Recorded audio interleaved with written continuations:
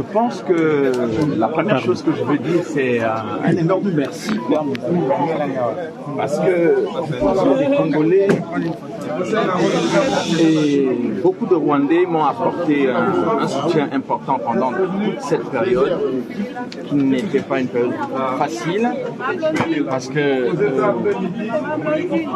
une grande partie des médias soumis au FPR, à Paul Kagame, m'a traité quasiment de négationniste avant même que je ne sois jugé. C'est-à-dire que la notion de la présomption d'innocence est complètement ignorée ici parce que c'est la voix de Paul Kagame qui est importante. C'est-à-dire qu'en fait, on se retrouve en France dans une situation où c'est un dictateur africain qui est au pouvoir depuis 30 ans et qui a mis le Rwanda et la République démocratique du Congo en cours réglé, qui vient faire la loi et qui impose aujourd'hui sa loi à la France.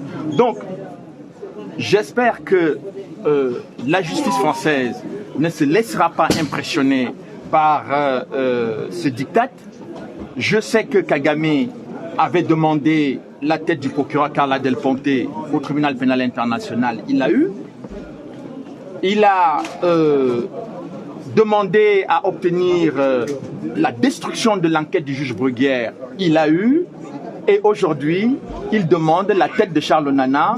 J'espère qu'il ne l'aura pas. Il l'aura pas. Il l'aura pas. Concernant votre sécurité, dans tous les leçons des Congolais, il l'aura pas. Des menaces de mort. Qu'est-ce que vous dites? Parce que les Camerounais, les Congolais et les Français, tous ceux qui vous soutiennent sont inquiets sur votre sécurité. Qu'est-ce que vous en dites? Bon, je leur dirais de ne pas être inquiets parce que, évidemment, mon avocat a déposé plainte pour menace de mort parce que le 13 juillet dernier, M. Paul Kagame a dit que des gens comme moi doivent mourir.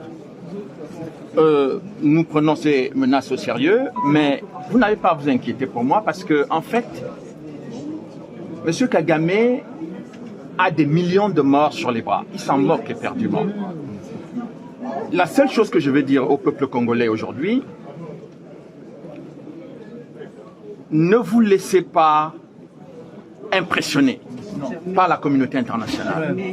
Ne vous laissez pas intimider par l'attitude et des médias qui soutiennent Paul Kagame et de l'attitude de Paul Kagame lui-même. Il va falloir aujourd'hui que les Congolais comprennent que si ils laissent Paul Kagame faire, ce pays disparaîtra. Et c'est son objectif depuis 30 ans. Et donc, l'objectif aujourd'hui, c'est au-delà de ma petite personne. J'ai entendu ici au tribunal que mon procès, le résultat de mon procès aura des conséquences judiciaires et politiques.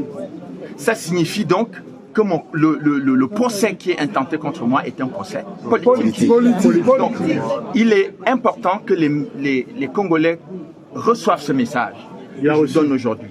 C'est-à-dire que ce que j'ai révélé dans ce livre concernant l'organisation dès 1994 de l'invasion du Congo pour le pillage de ses ressources minières, c'est exactement cette politique qui est en marche et M. Charles Nana est venu perturber cette situation et il faut le tuer. Et donc, ils veulent me tuer judiciairement et me tuer physiquement. Donc, c'est à cela que j'attire l'attention des Congolais et des hautes autorités congolaises, notamment le président de la République de la RDC. Il faut qu'ils sachent qu'ils ont utilisé la même méthode pour éliminer le président Habyarimana. Ils ont pris le temps, ils ont passé le temps à dire qu'il faut négocier, il faut discuter, mais si les autorités congolaises et tous les conseillers du Congo ne prennent pas conscience qu'il n'y a pas que le Congo qui est en danger, mais que même les institutions de ce pays sont en danger.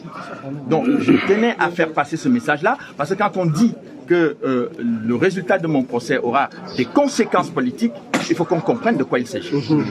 Monsieur Charles, Monsieur Charles, je suis un Congolais. Quel message